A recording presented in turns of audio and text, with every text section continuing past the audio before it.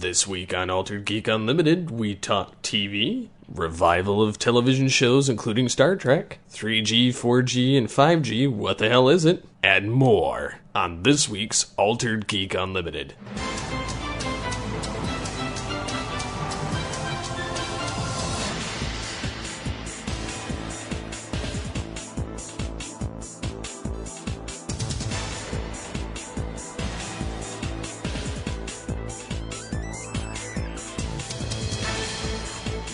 Hello and welcome to Altered Geek Unlimited, episode 80. I'm your host, Steve Megatron Phillips, and joining me this week is a different dynamic. We have a returning host. Hello. Who the hell are you? I'm amazed my equipment still works. That I almost thought the microphone was actually packed up, but my wife, in her infinite wisdom, left it unpacked on the desk. That must have been an omen. Something. Friends are podcasting. Oh. Or she's just too good for me. She just knows you. Pretty much. So, yes, I am back. Michael Powers. I am here with sometimes unpopular opinions about things. I think you had more of the popular opinions of things. We had more comments. But that's maybe because you get people thinking. We just kind of are off the wall. Well, we'll see if I can drum them up. Maybe wake them up a little bit. We had a lot of comments this week, and if you haven't guessed, unlike the Birdman Dodd, I'm the person your parents warned you about. Don't take candy from me, I'm just saying. Unless there's Skittles from your mouth. Unless there's Skittles with the Tricks Rabbit. Unless you give him a Skittle bomb and then he's happy. Ooh. But we're also joined with a co-host from This Week in Geek. How did I get in here? David Double D Dennis. Sitting on Mike's couch. Not my lap. He's not Santa Claus. I tried that already. But he gives you presents? I do. No, he gave me Skittles. I gave you AIDS. Skittle bombs. Gives them Skittle bombs. Skittle bombs, yo. Skittle AIDS. Isn't that Skillades? Skillade. It's a new terrible disease. The CDC is currently investigating it. So, Here is our intrepid Blanchard. a rock fell on him. He's at home washing his tights. He's been using Brand X. Aquaman's not here right now. Oh, Please leave a message. I miss calling him Aquaman, or him and his giant Grizzly Adams beard. I just missed the jokes about it, so. Every time I see the beard, I think of Duck Dynasty. Blanchard would have the He's the easiest lost cosplay. cousin of... I can imagine him. Right now, he's probably, like, when he's listening to this, will be banging his head on his desk. And he'll be saying, "Damn it!" And Why shaking did we his let fist. Dave on the show again? But Blanchard, we miss you. We're thinking about you. Oh yeah, we love you, Blanchard. We do. All our hearts. So what's Yes. everybody been doing this past week, man? Working a lot. I did a 17-hour shift on Monday, a 17-hour shift on Tuesday. I had yesterday off, and then I did 15 hours today. Ugh. Damn, man, you're a tank. It's more money in my pocket. That's how I look at it. How's the moving process? Yes, I am getting ready to move. It's going well. I mean, Steve, you know, I don't know if Mike, you know about this. The whole process of trying to buy a home is lengthy because people ask you for stuff, you give it to them, and then they don't get it, and then they ask for it again, and it's just a big mess. But everything's on the up and up. We should be closing by the end of the month, so hopefully we'll be moving in the first week of April into our new home, which I'm really excited about. But like the outside of the house it's someone just made a box and put windows in it. Oh wow. But the inside is really I really like the inside of the house. The outside is like nothing to look at all. It is a straight up 2-story box house, like a little cube with a roof on it. If you painted it black and put some piping on the outside of it, you could probably make it into a Borg cube. That's Oh wow. But the inside of it's where it's at, and I've got the wife has given me permission to make the house as smart as we possibly can.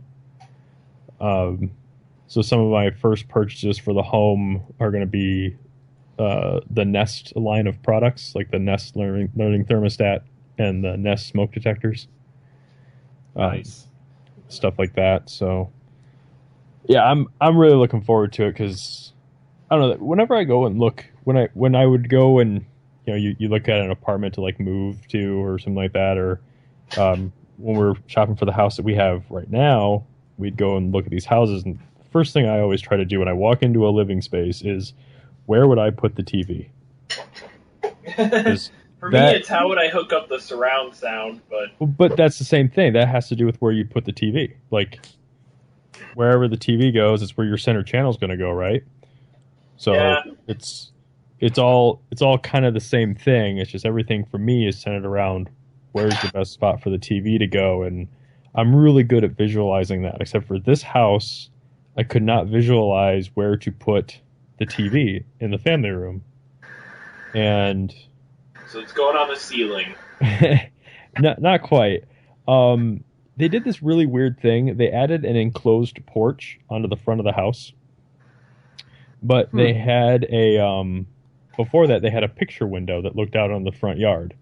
Well, when they added in this enclosed porch, they left the picture window on the inside wall. So this giant picture window looked out onto this enclosed porch, which was kind of pointless. So my wife thought, well, why don't you just put the TV in front of the window? And I was like, well, okay, that's fair because the window doesn't look out onto anything anymore. And TV on the other side of the window. Really think outside the box. But when I went over there for the inspection with my dad, he took a look at the picture window, and ironically enough, it's the same window they have in their house.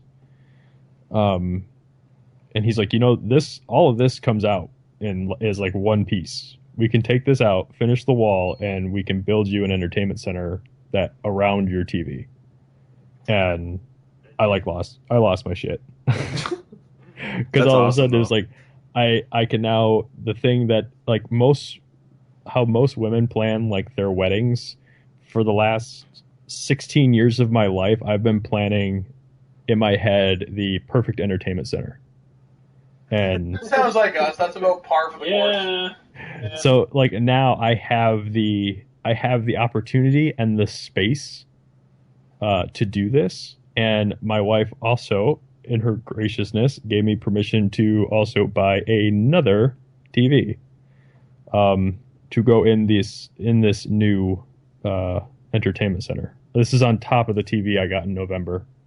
So what are your plans with this TV? Like, are you going to go 3D? Is it going to be well, I have LCD? the TV I got in November, because I honestly can't remember the last time I did a podcast with you, Steve. It's been a while. I picked up on special from Sam's Club. I picked up the 60-inch Vizio 4K TV for $1,000. Nice. Wow. And my plan is for the entertainment center for the new home. My plan is to get Vizio's reference series TV, which isn't out yet, but it's another 4K TV. There's a whole bunch of like bells and whistles that go along with it that I don't really think anyone cares about but me. I mean, I talk to people about it, but their eyes just glaze over. So in short, your porn's gonna look amazing. I haven't really done that on this TV. Make it so. The The next time I podcast, Like I Captain expect Picard. a full Make it report.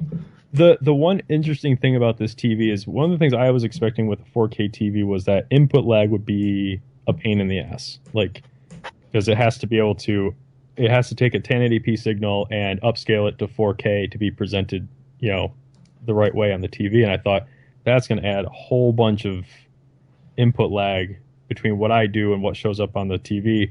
And what's really funny is it actually has the lowest rated input lag out of most TVs on the market. It's between 15 and 20 milliseconds. And I've noticed a difference in games that are like Arkham, where it's the button press actually matters, and like Shadows of Mordor is another one, where the button presses actually matter. It's way more on. It's twice as fast as the TV that I replaced it with, which was a 3-year-old Samsung. So, and I've seen some 4K stuff, not true 4K like from a dedicated source like a Blu-ray or anything like that, but Netflix. I can definitely see a difference between 1080p and 4K, at least as far as the streaming content goes. So, but I like it, and I was going to go with the Vizio Reference Series, which is a 65-inch TV, as the centerpiece for the new entertainment center. That just sounds sick. Yeah, she's 46-inch or something, and probably won't replace it for many years. Well, I have this tendency to buy a new TV every 2 to 3 years, regardless of how what the current one is. And what's really funny is the TV I replaced was a 55-inch Samsung. It was a top of the line Samsung in 2012, I believe it was, and it's still a really nice TV. And I told Allie, this is when 4K was just coming out of CES, and it was like between $8,000 and $10,000 for a 4K TV. And we all know that 4K TVs, that TV technology, the price on it falls out really fast. And I told her, I said, I want to get this TV, this Samsung TV, but I will not look or get another TV until 4K is within my price range, thinking it's going to be years before that stuff comes down in price. Lo and behold, almost 2 years later, Vizio shows up at CES with their 4K TVs starting at $1,000. And I was like, okay, babe, this wasn't me. I didn't do this. I wasn't expecting anybody to come up with $1,000 4K TV. So, of how quickly that kind of technology develops now. Yeah. It's too fast for anyone who isn't extremely rich to keep up with it, really. Yeah. I still have my Samsung Plasma 52-inch that I got, I think, in 2012. So, see, I almost back in a 50-something we got last September when my other TV broke. I almost went with the plasma TV. I was going to get Samsung's last generation, the last generation plasma TV, because it's like one of the highest rated plasmas ever. But then Vizio trumped them with the 4K. Not only that, it's not edge lit like most LCD TVs are. It's lit from behind. It's a full array, so nice even lighting across the back. Plus, there's local dimming involved, which means portions of the screen can shut off independently of whatever else is going on TV in the picture. Sometimes you can see it during credits and stuff like that, and other times it blends in really nicely. It really depends on how well an encoding is on certain materials. So, but that's what I don't know if you saw my rant on Twitter, I guess, about not being able to properly enjoy visual media anymore. I just look at it and critique the source that it's coming from. The projectors at work, I can see the pixels on the screen, and that really annoys me. And when I'm at home, I can see I'm trying to see if it's if the blacks are as black as they can be, or is the local dimming working the way that it's supposed to. And you open the Pandora's box of technology, and now yeah, you just can't enjoy something for what it is. But when your job is the presentation of visual media, because I'm a projectionist, when that's your job, you see things that other people don't see, and then that just slowly permeates over into the rest of your life. The only time I'm not aware of what I'm watching, like of the method that I'm viewing something, is when I'm playing a game, because I'm actively engaged in what's going on, versus being like a passive observer of a movie. I might get bored with a movie and be like, okay, how does this part of the scene look? How does that part of the scene look? But a video game, I'm constantly involved in it, so I don't really notice a whole lot of stuff happening. That might be a testament to the quality of the movie you're watching as well. Like, if it's a good enough movie, it should be able to suck you in and hopefully make you forget about outside elements. I will say the first thing if it's boring and crappy, then you're going to think about whatever. Right. The first thing I did when I got the TV home and I hooked it all up is I put in the Dark Knight, because that was one of the first Blu-rays I put in the Samsung TV I had, and it was the first. And as soon as I put that in the Samsung TV and I watched a particular scene, I was like, oh boy, that looks awful. The rest of the movie looked great. This one scene looked awful, and it showed me the limitations of that type of a TV. And so the first thing I did was throw the Dark Knight in on this TV, and it didn't have any of those problems. And I was like, oh, thank you. That's like my gauge when I try out new electronic devices. Popping in that Blu-ray.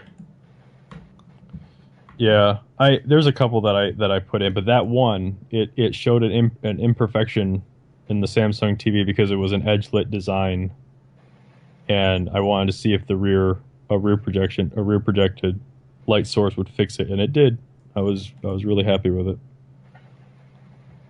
So, anyways, I'm done babbling on about this stuff. Someone else talk. Yes. Now that we've lost all but the super geeks of the world. So, anyways, I've discovered how much I enjoy turtles during this conversation. I've spent the better half of the week because it's spring break at school. I've been messing with the site stuff more, and then also I've because I'm taking acting class or a theater class, whatever. Got the one, like the second scene figured out of what I'm doing, and then we have to do a monologue for the end of the class, which the class ends April 30th, and it's not that much further left. So like I've pretty much decided I'm doing for the monologue thing, I'm going to memorize a scene of the Joker's, either from Batman Beyond Return of the Joker during the flashback scene where he dies, or the scene where he's doing the eulogy for Batman in the A Man Who Killed Batman episode. Because you have to pick like a sequence of dialogue that somebody's continuously speaking for so many minutes with no interruption. So it has to be like 1 to 2 minutes long. So you have to find a monologue and memorize it? Yeah. It won't be too hard because I'll have most of it memorized anyway.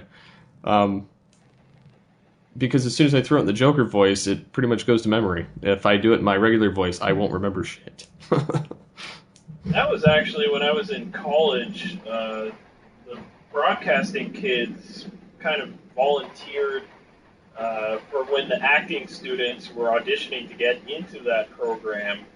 We would tape their auditions and then sort of play director, so they would do their monologue, and then we would just come up with something randomly.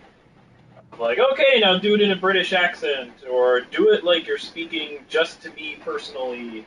And it was basically just a test if they had it rehearsed exactly only in that one way, and that was the only way they could do the monologue, or were they able to adapt? Yeah, see, I'm going for the media program at my college, community college, and it's the theater program is, or this one class anyway, is a part of the requirement for the media program, and I figured I like voice acting anyway, so this kind of helps with that area by learning actual acting.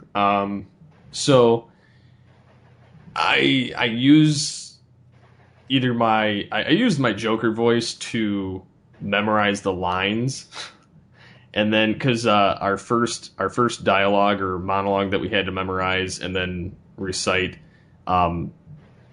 I had it memorized, and the first time I sat there and did it in front of the class, I used the Joker voice, which not only kind of freaked me out because I've never done any of those kind of voices in front of like a large group of people, but it also showed me I could do the voice. And then when I did it for the actual presentation of it, I changed the voice from that to Casey Kasem. That's a bit of a switch. Well, because I was trying to figure out a way to not look at people, and I was like, well, I can pretend I can talk on a microphone, and then I can hold a blank piece of paper and act like I'm reading off the paper. So that's what I changed the voice to, so that I didn't have to actually look at people when I did it. Now I don't really care so much, but it was funny doing that. Yeah, so that's what I've been doing. I was trying to narrow it down to a scene, and Blanchard's like, you should do the part where Waspinator quits the Predacons in Beast Wars, and I'm like, it's not long enough. So I couldn't do it. Plus, I don't really want to do a high-pitched voice where everybody's going, huh? Like, what did you say? So yeah, I've been doing that. And then iTunes contacted me to, I don't know if I mentioned it last week or not, but it may have come up later. But I had to make 1400 by 1400 iTunes art for Legends of the Dark Knight because they wanted to feature it in iTunes, or they're in the process of featuring it. So I thought that was kind of neat. But also in doing so, I looked up all of the Geekcast radio shows on iTunes, and all of them had a blank label for the picture, other than the ones that were already at 1400 by 1400. So I had to make new art for all the damn shows. You're going to have fun doing those for Twig when the time comes, too. It won't be too difficult for that. I had to resize images that were like 200 by 200 and 300 by 300 because I refused to jump to the 600 sized art when they did that, and the 900 art. And then when they moved to the 1400, I still refused to do it until they started not showing the images anymore. So it was just I don't, like a giant middle finger to iTunes because it was irritating me. Because every couple of months or years they change the standard. So I just keep making them in 300 by 300 just because. Even though now I have to do the other. When I was doing stuff, I was getting emails telling me to do art in 1400 by 1400. And the FAQ for iTunes has said 1400 by 1400 for a few years now because of the Retina displays. Yeah, I know that it's been around for probably like 2-3 years. It was a blatant disregard and a giant middle finger because I didn't want to have to do it. And I totally understand that. Because I already had all the art at 300 by 300, and I didn't want to have to resize everything. But then, now that they weren't actually showing up in iTunes anymore, I kind of was forced to do it. Because now, if I want them featured in iTunes, they have to be that size. So, and I figured if they contact me for one, I might as well do them all. That's the spirit. Yeah, so I got all those done. Also got to use, I got to try out Microsoft's OneDrive, which is kind of like Dropbox, but they give you a lot more space for free. I have 114 gigs from them for 2 years for free before they knock it down to like half. Nice. So I'm currently dumping all the archives of Geekcast Radio stuff off my hard drive onto that. And it'll still sync on my computer in a separate folder to the OneDrive, but I figured as a way of because a lot of times on my breaks or slow times at work, I mess with all the site stuff or the podcasts or the art or whatever, and rather than because I've run into the issue where I have about 5 to 6 different copies, some of them older, some of them newer, some of them the same, of particular files in various hidden folders of each other that make no sense how many copies I have of things between my computer, my flash drives, and my work computer. So I figured this was a way to synchronize everything and not have it double overlap. So, but I like the OneDrive. I think it's actually I kind of almost like it better than Dropbox if it weren't for the fact that it's slower with its upload and download speeds. Yeah. Is that a setting that you can tweak? Not really. I mean, it lets you, like, and it could be because I'm uploading such a massive amount. I had 39 gigs I was uploading to it at one point. But it seems like even a 100 megabyte file, when I'm uploading that to it, it still takes longer than Dropbox. So I'm not quite sure why. I mean, I know it bulk uploads too, and you can uncheck it for, better performance, but it's still not any faster. So it's kind of weird, but the overall isn't. I like the overall presentation and the way that it's done better than Dropbox in that sense. Plus, it seems like if something like Dropbox seems to have this issue where files just miraculously disappear sometimes when nobody's deleted them. I blame witches. So, unless somebody's doing something they don't understand. So, I got tired of losing certain files on Dropbox. It is that time of year, Dave, where we have to watch out for leprechauns. What might have been happening with Dropbox, if someone, like, you might not have to delete it, but if you don't copy something out of Dropbox, like if you drag something out of the folder to your desktop, it removes it from Dropbox. Like, it has to be in that folder for it to... Which could be, because, we all share the one Geekcast Radio folder in Dropbox, so certain files were just coming up missing constantly, so I just stopped using it. Sorry, guys. We're having fun over here. Stop looking at videos. I'm telling you, okay, we have to move on to this. I am bored to tears. I love you too. I love you too deeply. Stab you in the throat. So, I guess we should jump to maybe the 4G, 5G thing, because since they're already. Because that's not any less geeky. Yeah. You know what? I just want my cell phone to work. I would like speeds that I'm supposed to be paying for to actually work and happen. Mind you, I live north of Toronto, aka in the middle of the friggin' nowhere, Ontario, Canada. Like, we ride like moose and polar bears to school. And I'm in an igloo right now, just so you know. Like, I get relatively decent speed. Like, I'm almost consistently LTE, for data. And it comes down pretty fast, all things considered. I mean, I can surf Facebook, Twitter, email. I can even watch videos from YouTube with almost no buffering. The odd time, I've actually sat in parking lots and watched Netflix shows with relatively no difficulty in almost the middle of nowhere. But sometimes I'll go to a larger city and my signal will suck.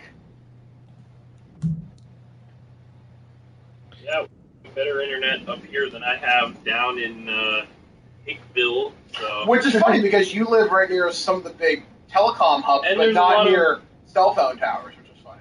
There's a lot of cottages where I live as well. Like, the Americans will come up there during the summertime. So you think they would improve the internet and possibly install cable, but nope.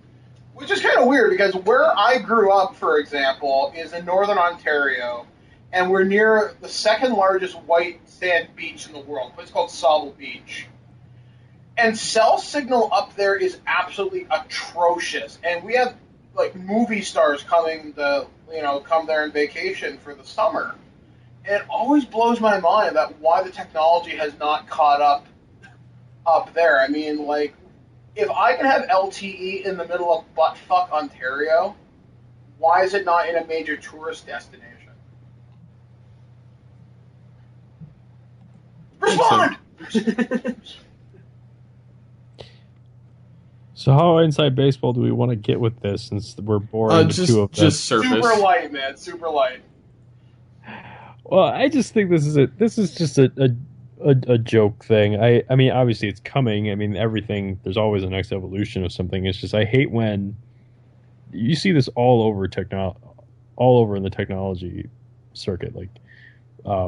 We talked earlier about, I have a 4K TV, but there's very little content for it outside of Netflix and stuff Certain like Blu-rays and stuff, right? Yeah. But not even Blu-rays. No Blu-ray is 4K yet. Like there isn't a 4K Blu-ray RoboCop player. is. There No, was it's a not. RoboCop Blu-ray. It is not. What? It's not. It is remastered. It is a. It is remastered to a 4K print and then compressed down to 1080p. So it's not a true 4K. Okay. No, it's not. Now there may be extra detail or coloring in there because it's coming from a better. It's being compressed from a better source, but it is not a 4K file. It's still playing at 1080p. And I have the 4K RoboCop and I have the 4K Ghostbusters. It's just they basically what the studio did. They paid for a 4K remaster of something, and that's what they're using for all of their sources for like the foreseeable future. So, anyways, there really isn't any 4K content out there. But here's the thing, like we can't even get cable. Comcast, Xfinity, whatever you want to call it, AT&T, Uverse, Verizon, and Time Warner, whatever you want to call it, they can't even deliver 1080p content over cable. They can do 720p and 1080i, but nobody can do 1080p yet. And yet here we have 4K TVs that are going to struggle with content outside of like a Blu-ray disc or streaming 4K through like Netflix or Amazon. Like we have a not a medium, but like a technology that hasn't caught up with the media that you're going to be using on it yet. Yeah, well, exactly. Grown it rather, actually. The entire broadcast industry is now like at least 2 generations behind because, like I said, nobody's doing 1080p yet, except for the streaming guys, which make the cable companies look really bad. Now, that's kind of what's happening here with the cell phone thing. You know, 3G, which everyone remembers just from like the iPhone, 3G became like a thing with the second generation iPhone. You know, we were kind of all that standard has been hit and exceeded. But 4G was rushed out the door before it was even ready to go, and with the cell phone carriers, and they all adopted 4G, except for people in the know actually call it faux G because it doesn't live up to its promise. And LTE and 4G are actually the exact same thing. It's just it's dumb. So LTE is more or less supposed to be what it's actually supposed to be, and 4G is the halfway marker. Essentially, but they're the same. They're the same tech. Both of them are supposed to offer 100 megabits per second while moving. So driving your car down the expressway, you're supposed to get 100 megabits per second. And we talked about this off air for a second. We get like 50, and now they're proposing the next generation of this, which is 5G, and it'll probably have some wicked cool name like LTE, and that's 10 gigabits per second. But yet we can't even get 1 gigabit internet to the home yet anywhere, except for if you have Google Fiber. You know what I have to say about all this technology jibber jabber, and I love tech? Where's my flying car? Or hoverboard. I have an electric car. I don't need your flying car. You can have that.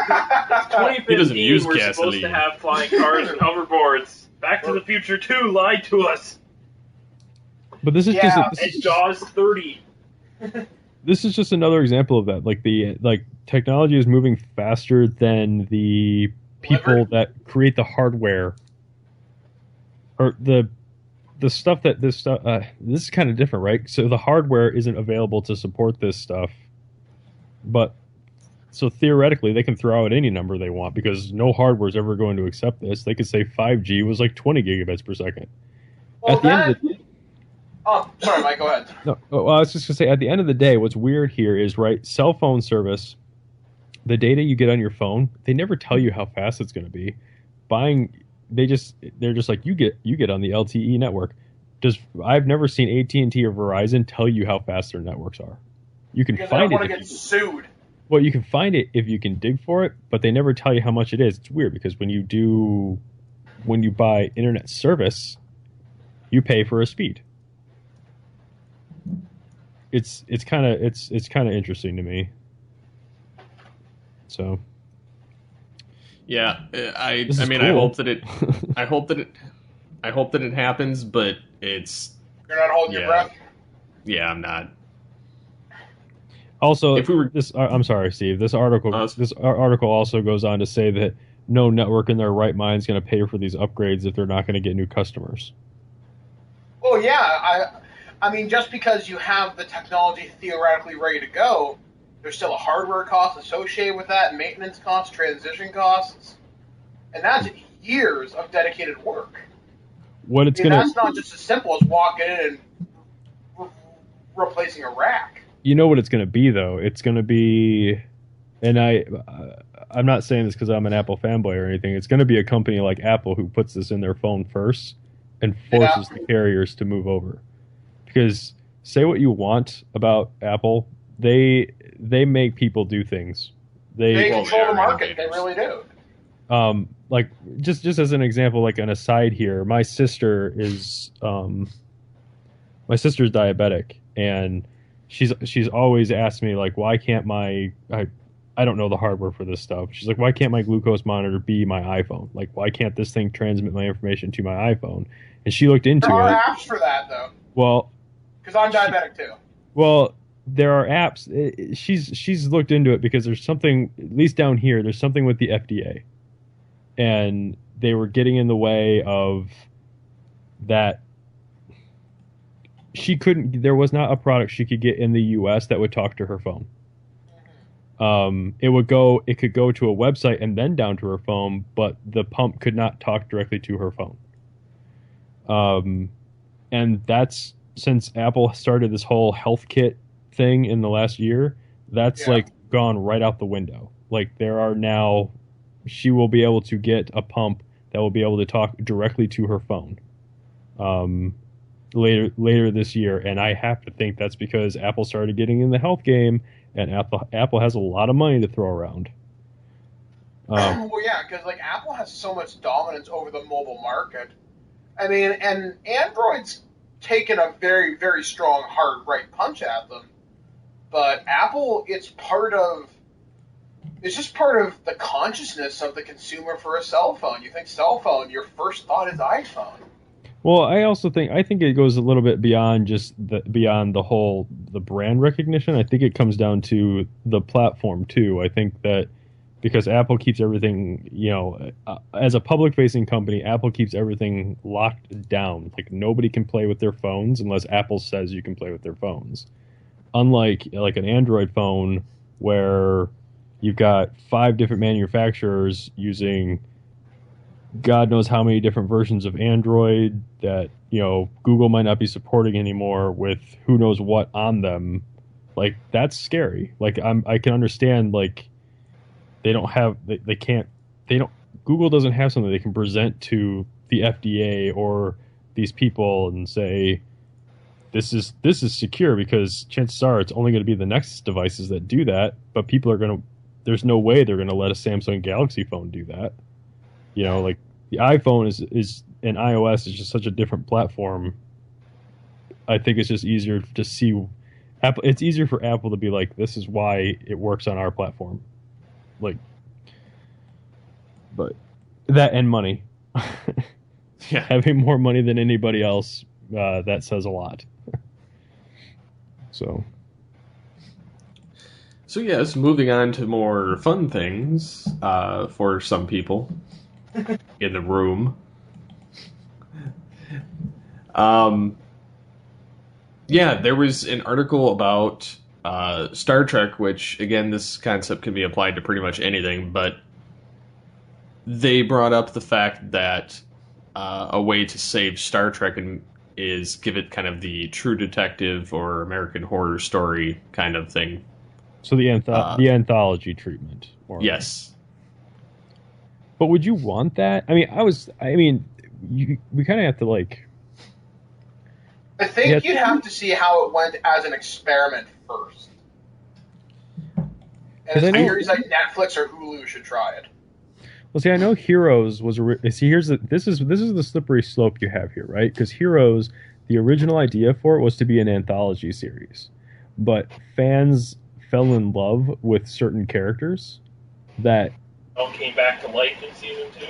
Well, that and Hero wasn't. He was. They were just those characters. It was supposed to be an entirely new set of characters in the second season, and people fell in love with the characters from the first season, and it turned into what it was. First season followed by mediocrity other afterwards. seasons. So it's just one of those things. It's like you run the you just run the risk of alienating an audience. I mean, that's one of the things I praise about like the BBC shows that I watch, is especially like Doctor Who. Like every couple of seasons they recast essentially. Well, and a lot of BBC series, even their comedy shows, stuff like The Office and a lot of the stuff Ricky Gervais works on, it's sort of planned out to be an exact amount of episodes and last a certain amount of time. It's not made, and a lot of anime is like this too, it's not made to just keep going forever. Yep. Whereas American shows, there's this expectation that you keep it going until people don't like it anymore.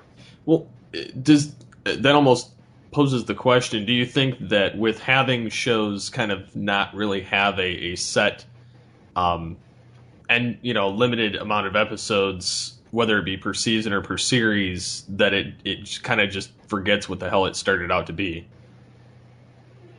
9 times out of 10, usually.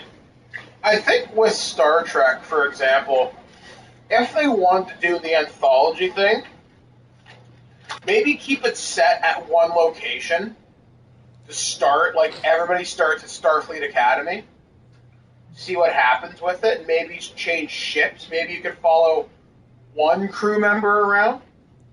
Yeah, I would love a sci-fi anthology series, but not necessarily Star Trek, just that kind of a show, like a Star Trek-ish show, but what if that cable style of like 10 to 13 episodes, and then wrap everything up at the end of it. What if Star Trek was an anthology series where each season was from a different alien race? That'd be kind of cool. Or it's one event, and each season is showing it from a different perspective. Sort of like, let's say the Klingons go to war, you see it from the humans, Yeah. the Klingons or whatever. That'd be cool. Yeah. That's kind of like the recent StarCraft, right? Yeah, man, that'd be really fucking cool. Or, here's one. Each season could be from a different era.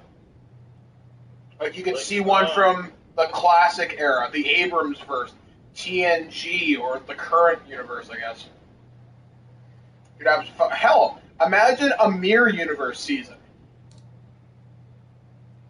Literally, hey, we're evil.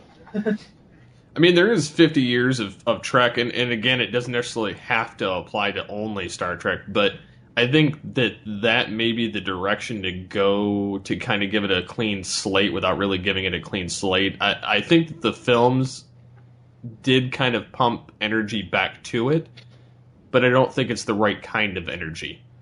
I don't know that I agree with that. I mean, yeah, well, it's not Star Trek. Well, I'm not even arguing the fact that Abrams made Star Wars in Star Trek.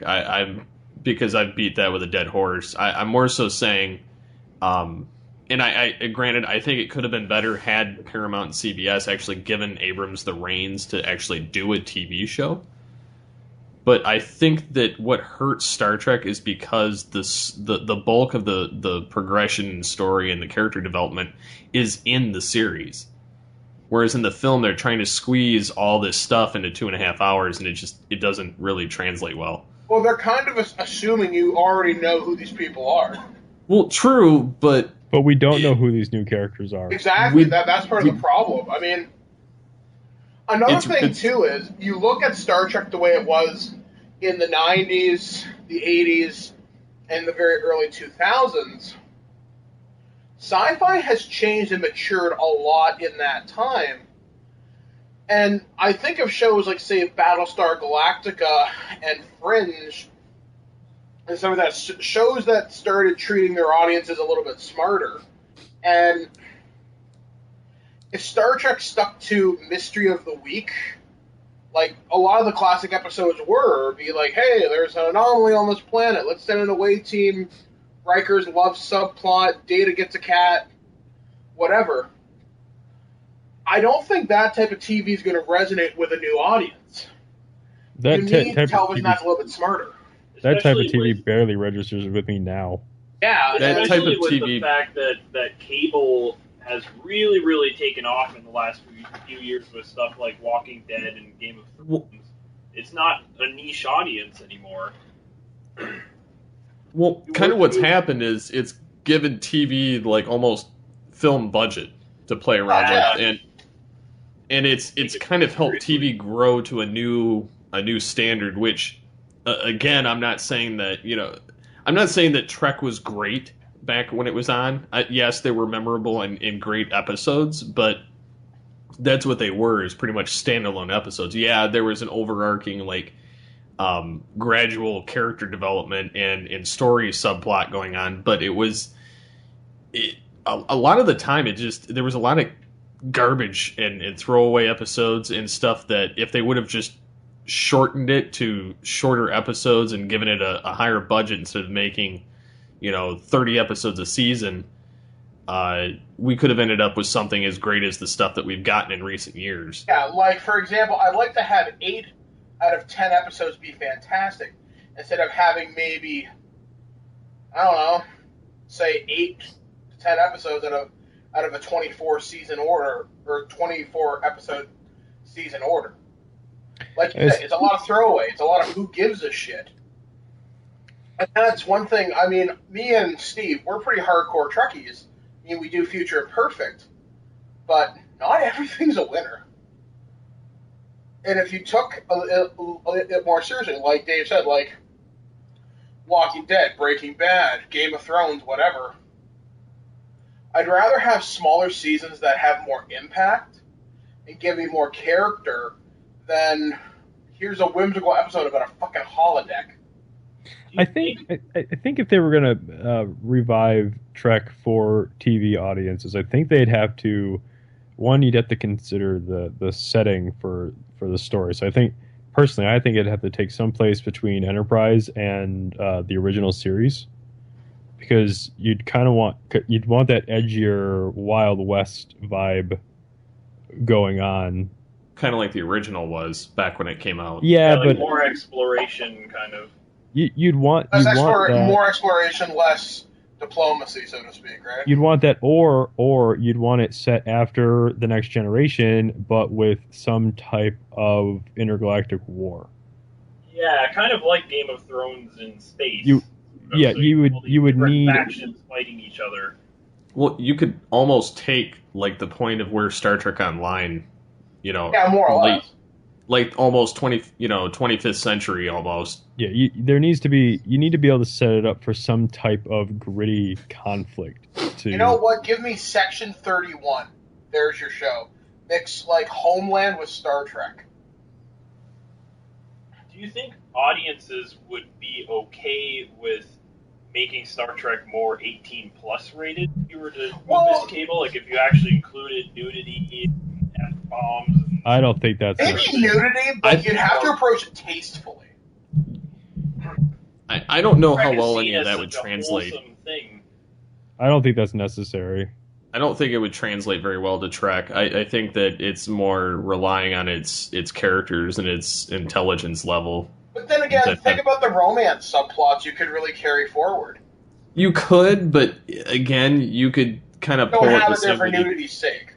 I mean, you don't have to throw it in there to kind of insinuate that it's happening. There's other things that I think that they could focus better on, and if they were going to do it with Trek or really with anything. I mean,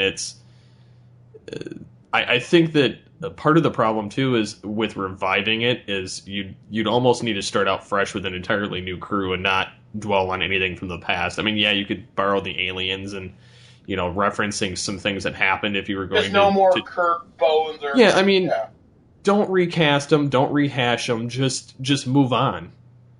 Yeah, I completely agree, because you know what? That generation that grew up with those characters, they're kind of moving on, shuffling off the mortal coil, so to speak. What if there was a series about Khan? That might be kind of interesting, or have him as like a reoccurring bad Or a guy. series that takes place during what is it called? The war that Khan fought in. Was that the eugenics war? Yeah. Eugenics war, yeah. Well, I mean, you could even, I mean, and that's again kind of playing into the idea of you could have each season be something different, kind of like the American Horror Story and all that kind of stuff. A different theme for each season, and covering a different set of characters every season, so that it's not rehashing the same crap over and over. Or you could do the whole World War III thing, or surviving after World War III. I mean, you could have the eugenics war. You could have the birth of warp drive and no, you can't undo the Federation. First Contact. You have to leave that alone. I meant after. I just want to see them make that episode and be like, it's just a blank screen that says "Insert First Contact" here. We'll see Except you in the an hour and a half. TNG crew. That'll just be the second season right there. First Contact. The best thing about an anthology series like that, too, is that you're free to do whatever you want without worrying about consequences into the second season. So, like a show with, like, Fargo or American Horror Story, for instance, they freely kill off any character that they feel like killing off, because there's no contractual thing of, like, they have to come back for season 2, so you can't kill them. Well, that's not entirely true. Free-wise, they're given free reign in that sense.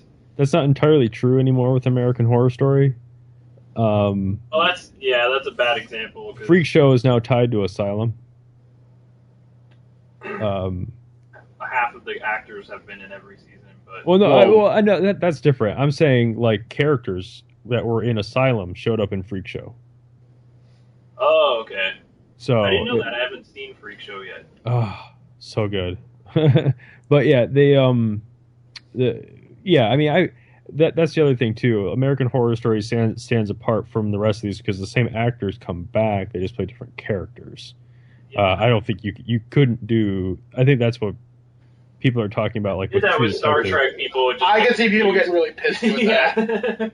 I think that's why last season, but he was a Klingon. What's going on? Now that I think about it, I think that's why the article referenced True Detective, because it is a true anthology series, no returning actors. Because it's all it's just a complete redo every season. Same thing with Fargo, as far as I know.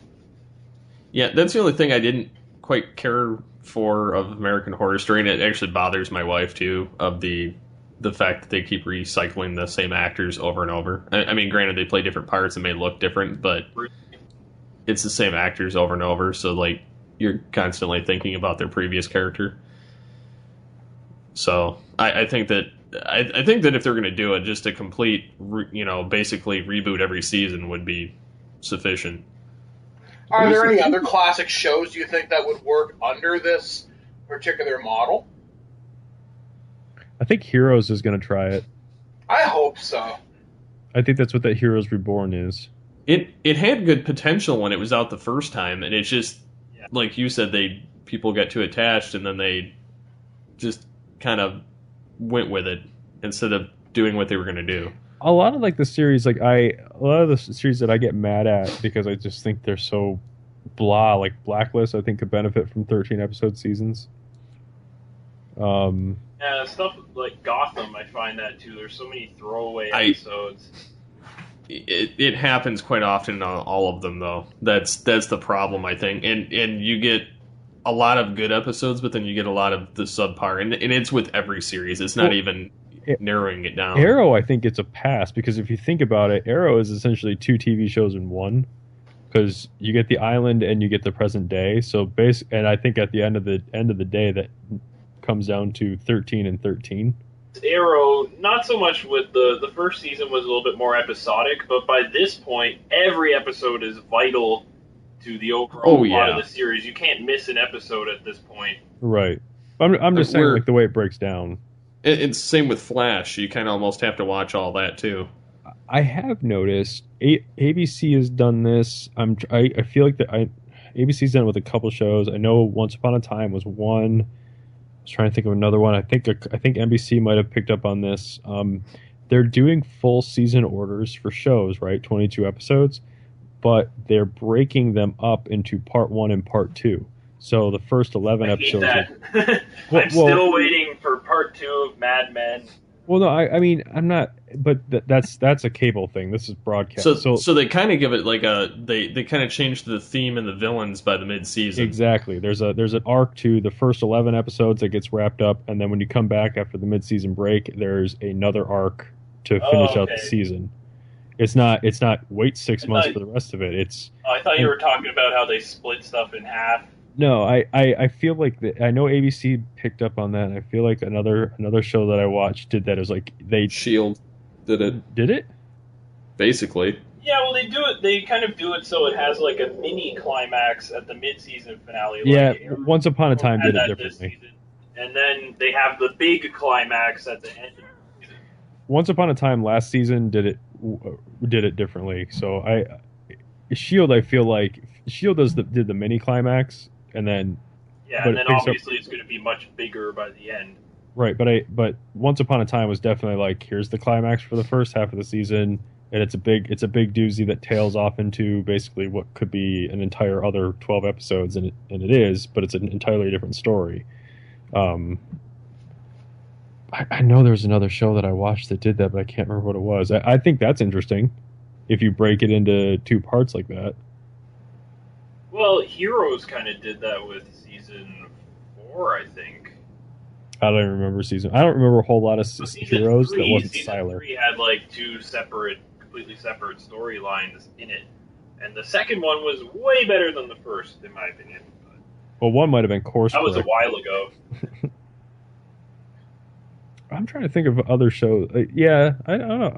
The thing is, I watch a lot of shows right now that are 13 episodes. There's very few that I watch that are full. I wonder if you could almost do that with, like, say, and this would just be in creating other shows, but, like superhero groups, you could almost do that with even. Well, actually, me and Dave were talking about this earlier. We recorded a bunch of DVD commentaries today for the Marvel movies, and we're just kind of spitballing here. Like in Agents of S.H.I.E.L.D., they're setting up Inhumans, which is like 4 years down the road for its movie, and there's a possibility Inhumans could be the series finale, Agents of S.H.I.E.L.D. Or the finale will lead into that movie, kind of. And we were thinking, what if they just created one Marvel show, call it Marvels, have the entire universe involved, and if you want to do a different team or a different hero each episode or whatever. Or each season. Yeah, like followed here. We're going to follow Daredevil this year. We're going to follow the Punisher. Or, I don't know, Night Thrasher from the New Warriors or something. Well, you could almost do that as a way to introduce characters to each season, and then like you could build up to having like maybe like an X-Men team or an Avengers team or a Justice League, and then having them all like maybe come back for a season of that's what they're together. That's what the Netflix series are. It's there's Daredevil, there's Jessica Jones, there's Iron Fist, and Luke Cage, and then there's going to be a 5th season called The Defenders. So they're already doing that. It's just not. It's just not on TV. Agents of S.H.I.E.L.D. never lived up to at least what I thought it was going to be, and the only reason I say that is because what I was basing the whole idea on, and I'm pretty sure I brought this up before, and I highly recommend it because it might change people's opinions on Agents of S.H.I.E.L.D. There was a prequel comic to Avengers. Like it was either 6 or 8 issues, a prequel comic to the first Avengers movie. And it basically was what Agent Coulson and Nick Fury were doing during all of these movies. Like the whole behind the scenes thing. It was like it shows where the gun, like they took the Annihilator and made the gun that he shoots Loki with. Like they show that being developed and how Coulson got that and all this really cool, nifty stuff, and Agents of S.H.I.E.L.D. has never lived up to that comic book. That 6-issue comic book, Agents of S.H.I.E.L.D. has never lived up to it.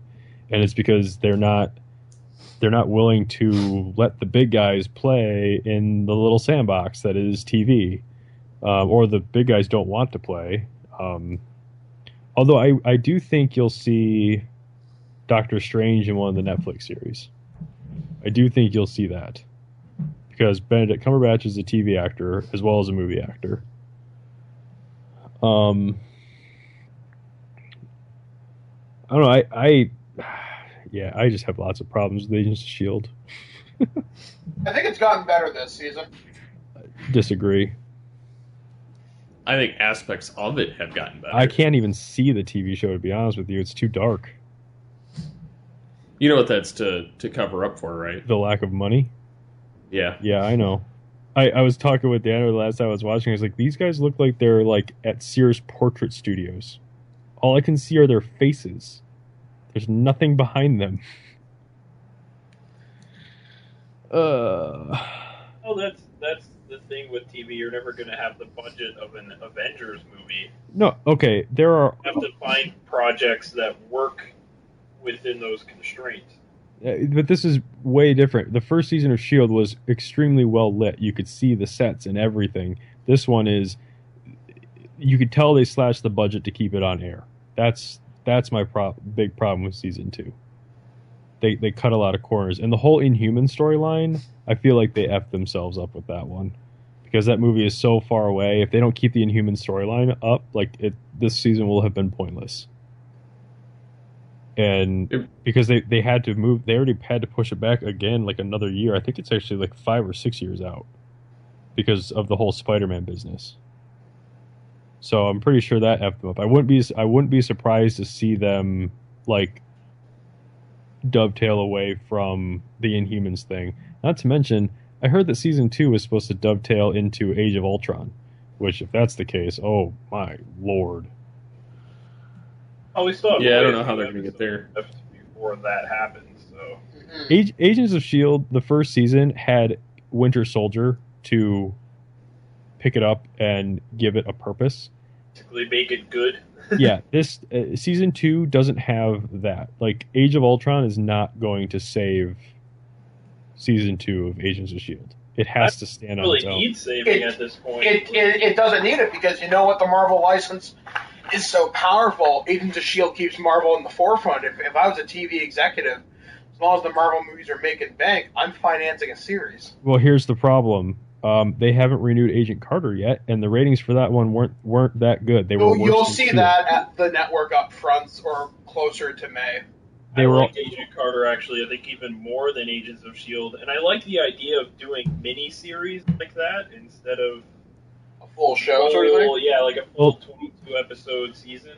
Yeah, because honestly, that was a nice break for S.H.I.E.L.D., having S.H.I.E.L.D. and then having something right away. I think that was a great transition. By the time S.H.I.E.L.D. came back, I completely forgot what had happened in the last episode. I was like, they better have an extra long previously on section in this one. Well, the thing is... It's been like 3 months. Agent Carter had worse ratings than Agents of S.H.I.E.L.D. So... Which is funny because I actually watched that one when it was live instead of after. I honestly would not PVR'd Carter, but I watched S.H.I.E.L.D. live. I would not be surprised to see them both get canceled. I would not. I would wager money they're going to stay on the air. I'll be more surprised if they're renewed, but I will Agent not Carter, be surprised. But Agents of S.H.I.E.L.D. is going to be around for a while. At least 3. Yeah. You know, you think that, but they don't. They like making money more than they just like floating a project. So I think they are making money off of this project. Yeah, because it's good PR, all things considered. They don't need it. They don't need it to help with their movies at all. It does not benefit them. It doesn't do anything for them. The Marvel Neither do the kind of Netflix series. Because you're going to a very small subscriber base. And it's not just that, it's with TV, they're trying to make money off of advertisers paying X amount of money to put a commercial during this program based on X time amount slot. of numbers of people that are watching. So as long as I the wouldn't ratings are okay, I said I have unpopular they're also opinions. promoting a property they own. I just wouldn't be surprised to see it get canceled. Now, do you think Gotham will get canceled? I don't think so because No, it was DC renewed is so already. close to. Oh, yeah, It was renewed. Oh, okay. My I missed parents that then. watch Gotham. It's way too popular. I Yeah, can't. that's fucking weird. I don't like Gotham is another show that this is an unfair. This is unfair. Unpopular opinion. No, not unpopular opinion. This is an unfair comparison. I was expecting Gotham to be Boardwalk Empire of Batman characters. Yeah, it's more like I don't even know what Gotham is. My big problem with Garbage? it's tonally all over the place, and it can't find its footing in that sense. Like it's a show that doesn't know what it is. I want to like the show because of what it's referencing to everything, but it's so far out in the timeline game that I just... You're never going to get your payoff. Same here, Yeah, I don't see it coming. It's... Like for me, to me, it's just kind of lost its luster to me anyway. The one thing that can save Gotham is if in season 2 or season 3 they do a major time jump and age all of the characters like 5-10 years. Yeah, 5-10 years instead of having it happen right after this season, so that you can get to like Batman maybe year older, one. like Batman as like in A teenager. late teens, early college years kind of age. Instead of just Batman being 12, then 13, then 14. See, Batman meandering along like Gotham that. is an interesting experiment that I don't think they thought more than this current season out of. Yeah, especially because they keep throwing every Batman character all into one season. Instead of shows like Arrow and The Flash, they're teasing stuff and they're waiting to get into like the bigger characters and whatnot. Batman is just like, here's every Batman character all at once. Well, the thing that pisses me off about Arrow is it's wanting to be Batman. That doesn't even bother me. I don't mind it. Like, I mean, because they do pull it off really well. I don't find that at all. But, I mean, maybe my a little thing, bit. my thing that irritates the shit out of me about that show is the fact that they're constantly pulling from the Batman rogues gallery. Well, it's not really the Batman rogues gallery. It's just It the DC. pretty much is. Like, Arrow doesn't Rogues have gallery. as big of a gallery as Batman, and Batman pretty much fights anybody. But again, DC like, or Arrow is more just pulling from the rogues that will face off against not just Street Batman level people. Like anyone, they'll face off against anyone within the DC universe. Like in the DC comics, Ra's al Ghul isn't just a Batman villain. I realize that, but like some of the Guy. stuff that they're doing with him and with the whole a lot of these plot lines with some of these villains, it's very Batman-esque, and it's if you know that and have seen it in the stuff, it bothers. Like, Yeah, I don't find that at all. But I was a Green Arrow fan before watching the show, so You may see it from a different yeah, I see it more from that perspective. And there Can I are just- characters and plot lines Hey. taken directly out of that comic. So Can I just say how crazy it's going to be if Flash can pull off Grodd? Yeah. I think they will. I'm looking forward to the Grodd storyline. I am too. It's I just awesome. it's going to be amazing if they can pull it off. If it's anything like the latest Planet of the Apes movie, I doubt it. You should just I play would Grodd. be more than happy. we shall see.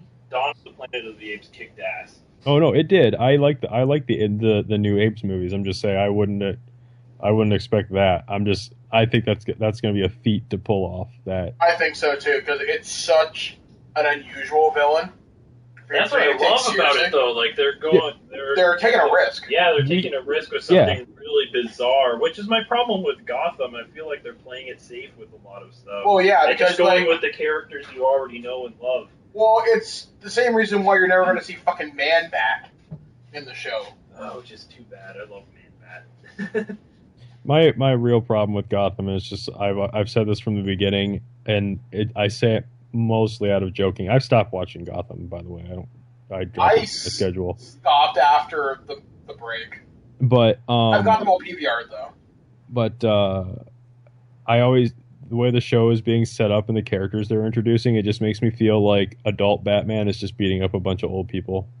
Yeah, well, that's the joke I've made to to like They're out all of going to Steve be like and 80 Blanchard. by the time he's 30. Like, I'm the Riddler. You're old enough for the senior citizen discount. Sit the fuck down. No wonder why you have a cane. Exactly. Or the Penguin. He's worried about getting a sunburn because he's so old. Like, seriously, go home. It'll be Batman fighting people at the retirement home. No. It won't be Batman 66. It'll be Batman fighting people in their 60s. I mean, I do like Batman as a character. I think he's great. He's one of my favorite superheroes, but you can have bad Batman properties. Yeah. And I actually loved a lot of the cast members of Gotham as well. Like Robin Taylor Lord or whatever? Yeah, and the Riddler guy? Ben McKenzie, I really enjoyed Southland. So that was one of the main things that drew me into Gotham. What turned me off the most to Gotham was the complete 180 in one episode that Bullock took towards Gordon. Like, he went from being like, I'm going to kill you if you step out of line or you turn your back on me, to, Jim being buddies. Yeah, in one episode. I was like, what? Okay. And it's a show that doesn't know what it wants to be. And I don't know if it's because they have too many writers or... So bringing this back to where it was, Star Trek, how to save it, whatnot, I just think it needs to be planned. I don't think you can wing it. And I would like to see a 13-episode structure. I agree. You know what show? I was actually kind of thinking about this because we're mentioning other shows that may work or may benefit from this formula. I think anything detective-based. Well, like, I was thinking about this the other day. I'm a huge fan of the Veronica Mars property. I think that could work. There has been talks of bringing it back after this movie came They out. really The should. movie underperformed at the box office. So But not by much. It's kind of in limbo. They're probably waiting to see how it does in terms of DVD sales. This Kickstarter. I would love to see it come back, but not like a full 22 episodes. Yeah, just give me 10, and I'm cool with that. Like 10, 13. Another show, or another movie property, there's been talk about this for the last couple of years. It's the Friday the 13th franchise. And they're talking about doing a show called Crystal Lake Chronicles. Jason's just a recurring villain, or background character. But you get a group of teenagers, and it's supernatural happenings around Camp Crystal Lake or Camp Blood or whatever. I don't think that should be 22 episodes, but a 13-episode miniseries? That could work. Well, I love Bates Motel, so if Friday the 13th show is anything like that, like the level of cheesy, fun awesomeness that Bates Motel is, I would be totally down for that. I mean, you could even do Nightmare on Elm Street if you wanted to, because they tried to do that with, like, Freddy's Nightmares in the late 80s. And Freddy actually appeared in, like, 4 episodes. But he hosted each one. But it was a different anthology, like, it was a different story each week. Like Tales from the Crypt? Exactly like Tales from... Man, that's another show that should make a fucking comeback. Or just that... Or Twilight Zone. Just that kind of show. Those would actually kind of fit well nowadays. Are You Afraid of the Dark? Oh my god, if you could make that, considering the level of acceptable violence that can now appear on TV, you can do some really interesting things with Are You Afraid of the Dark or Goosebumps? I would love to just see a Goosebumps is horror coming. anthology show. Oh yeah, with Goosebumps like is a Jack movie. Black or something. I thought Goosebumps was coming back to TV, too. I'm not sure about the TV, but I know about the movie. I just want to see a horror anthology show like The Twilight Zone or Tales from the Crypt, where every episode is its own self-contained story. That seems to be a complete thing of the past. There was a show, me and Dave watched it years ago, called Masters of Horror. And it was on Showtime, and it was fucking amazing. Like, they'd ask a famous horror director, like, hey, Toby Hooper, what are you up to? Come out and direct a 1-hour movie. And they let them do whatever the hell they wanted to. And some of them were really cool. I mean, John Carpenter did one, Toby Hooper. Robert Englund was in a few. The horror genre begs for this, and others too. But I don't know. Like I'd like to see more horror anthology or more sci-fi anthology. I mean, if had to go with a specific genre. But yay, Star Trek. Or do a horror anthology show where each episode is based on a different H.P. Lovecraft story. Oh my So God, Steve!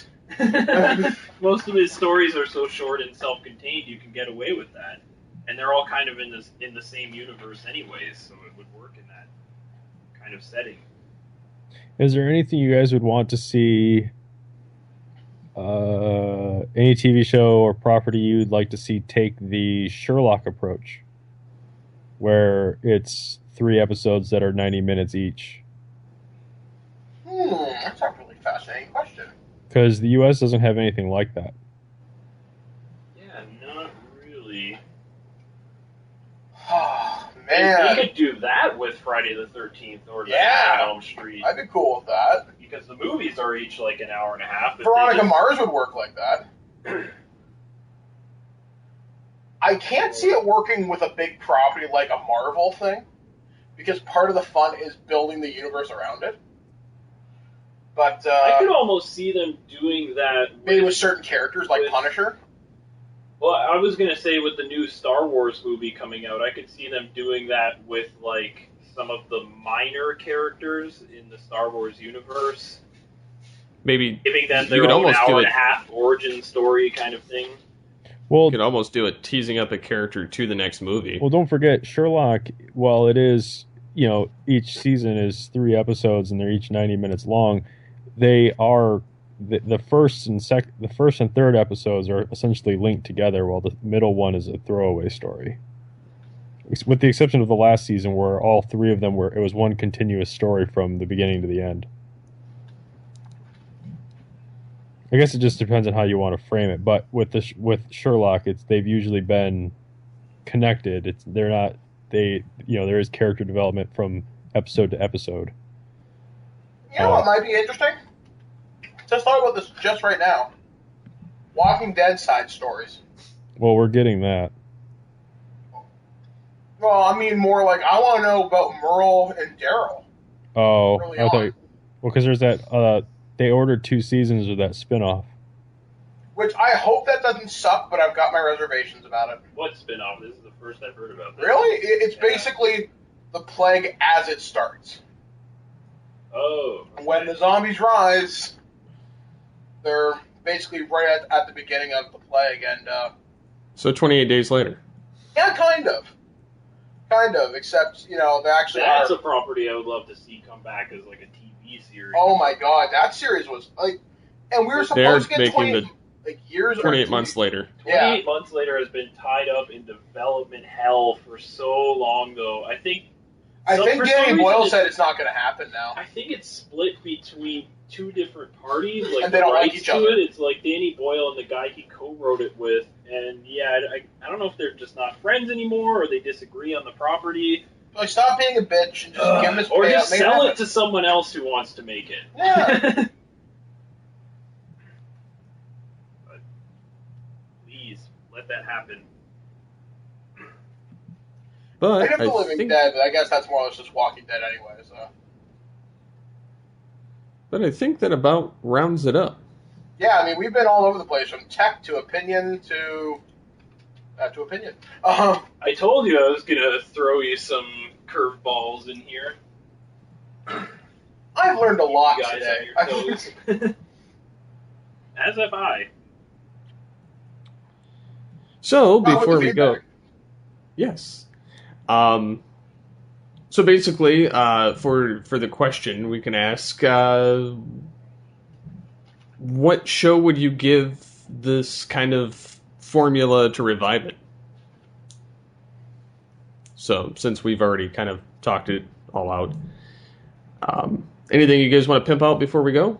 I'm doing a new show, which the latest episode just came out on the website, called Botched Roll, where it's my RPG stories from years past. Last episode I talked about what I call the Moss Isley Poutineery, where basically bribing the game master got you weapons, starships, and setting Endor on fire. You can find out how that all ended up on thisweekingeek.net. I've got nothing. For me, I guess Movie Madness? Yeah, we've been doing a lot of Movie Madness, and Mike and I just recorded a bunch of commentaries. So we went out today, actually, for Friday the 13th. Yeah, we recorded another one for the Friday the 13th that'll be happening in November. We did a Avengers commentary for when that movie comes out, and a new Jurassic Park 3 commentary, because it's the only Jurassic Park movie we haven't commented on yet for Jurassic World. So lots Oh, of and Terminator. awesomeness. Yes, and Terminator 2 for Terminator Genesis. So look for those in the next little bit. So I'm not quite sure what I'm going to have coming down the pipe at the moment, but as always, you can catch me on the website. So if you'd like to interact with us, you can do so in the following ways. You can call the voicemail line, 502-526-5821. You can email us, feedback at geekcastradio.com. You can get a hold of us on the episode post on the website, or on Twitter at GeekCastRadio, #AlteredGeek. My Twitter handle is at SCP21, and yours are, sirs? Mine is at Boothninja81. Mine is at Birdman Dodd on Twitter, Facebook, and Instagram. Which reminds me, one more thing. Me and Blanchard are starting a new wrestling podcast. We're going to review each month's pay-per-view and the month in Raw and SmackDown. We're looking for a name for the show, so at Birdman Dodd or TFG1 Mike, give us your ideas. I think it'd be cool to talk about WWE and all that stuff. So let us know.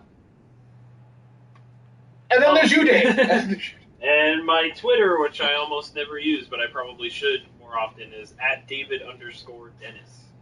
With one N. Oh, yeah, that's important. There probably is another one with two N's that's a person. But he has a smaller dick than you, and you're awesomer. With possibly more interesting Twitter than mine. What I said just still stands. Okay, sure. So, as always, get altered, get geeky with the Altered Geeks. See you next time. I just pulled the tricks rabbit.